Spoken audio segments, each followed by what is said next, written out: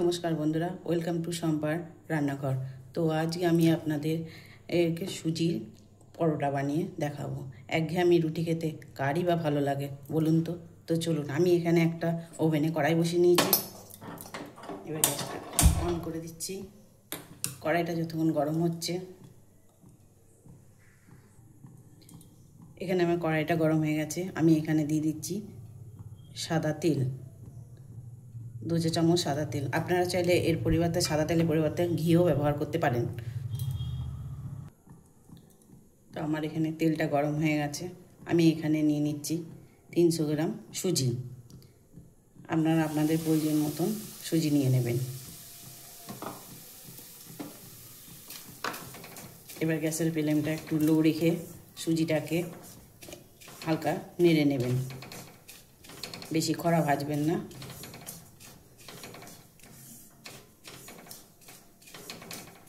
যাতে সুজিটা থেকে একটু কাঁচা গন্ধটা চলে যায়। সুজিটা যখন এরকম একটু হালকা ব্রাউন হবে, তাতে দিয়ে দেবেন, আমি এখানে নিয়ে নিয়েছি 300 ml দুধ। আপনারা চাইলে 150 ml দুধ এবং 150 ml জলও ব্যবহার করতে পারেন। আমি এখানে জল ব্যবহার করিনি, আমি এখানে শুধু দুধ ব্যবহার করছি। এবং দুধটা দিয়ে ভালো করে এটাকে একটু এর সাথে নাড়িয়ে নেবেন।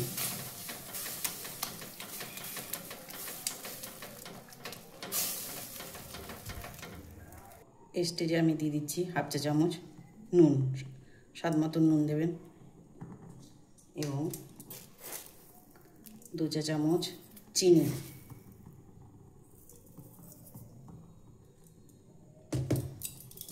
একটু ভালো করে এটাকে সুজির সাথে ম্যাশ করে নেবেন যতক্ষণ না চিনিটা গলছে।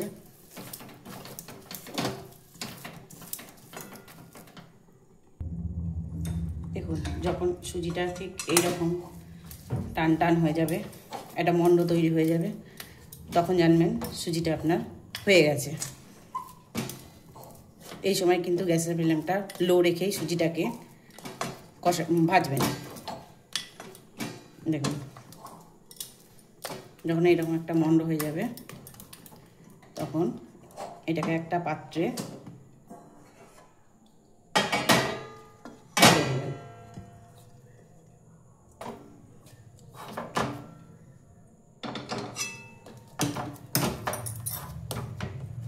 আমি এটাকে একটা পাত্রে তুলে নিলাম ঠান্ডা হতে দেওয়ার জন্যে।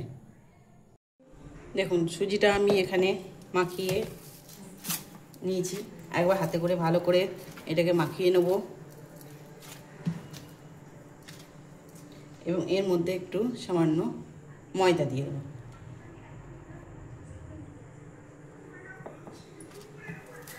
ময়দা দিয়ে ভালো করে এটাকে থেসে নেবেন।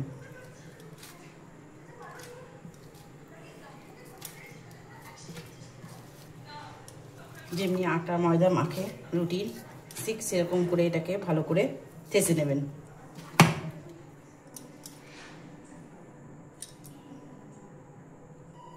দেখুন, এখানে আমার ময়দাটা মাখা হয়ে গেছে খুব সুন্দরভাবে, দেখতে পাচ্ছেন। এবার এখানে আমি একটু সামান্য সাদা তেল মাখিয়ে রেখে দেবো।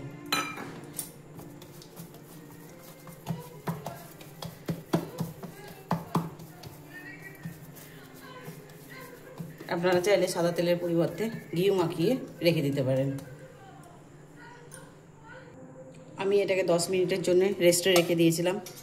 দেখুন, এবার ঢাকা তুলে একে একে লেচি কেটে নেব। দেখুন, ঠিক এইভাবে লেচিটা কেটে নেবেন।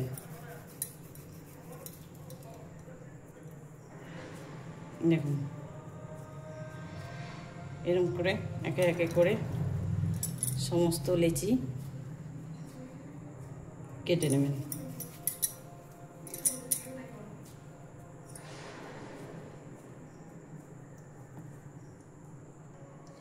দেখুন, এখানে আমার টোটাল 14টা লিচি হয়েছে। দেখেছেন, লিচি করে এরকম করে হাতের সাহায্যে গোল গোল করে নেবেন।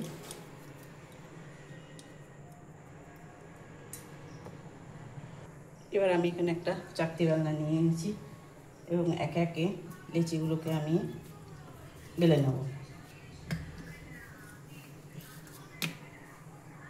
একটু তেল দিয়ে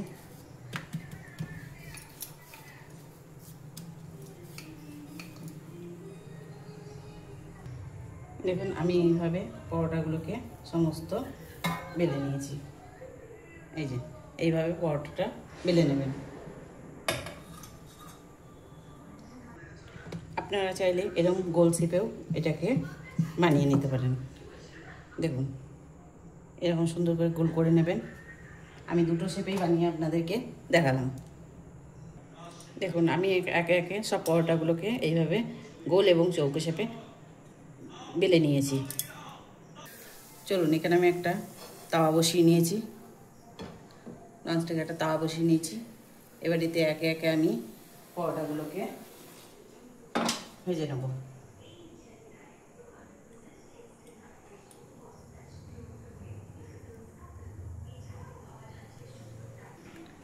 দেখুন আমি এবার এক এক করে পরোটাগুলো সব ভেজে নেব। আর এক পিঠে আমি উল্টে দিলাম এইভাবে।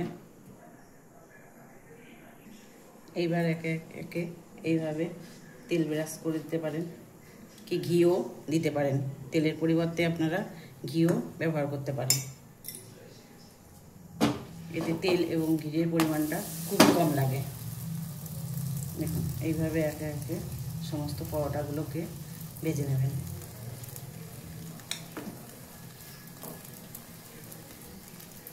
পছন্দ পরোটাটা ফুলছে দেখুন,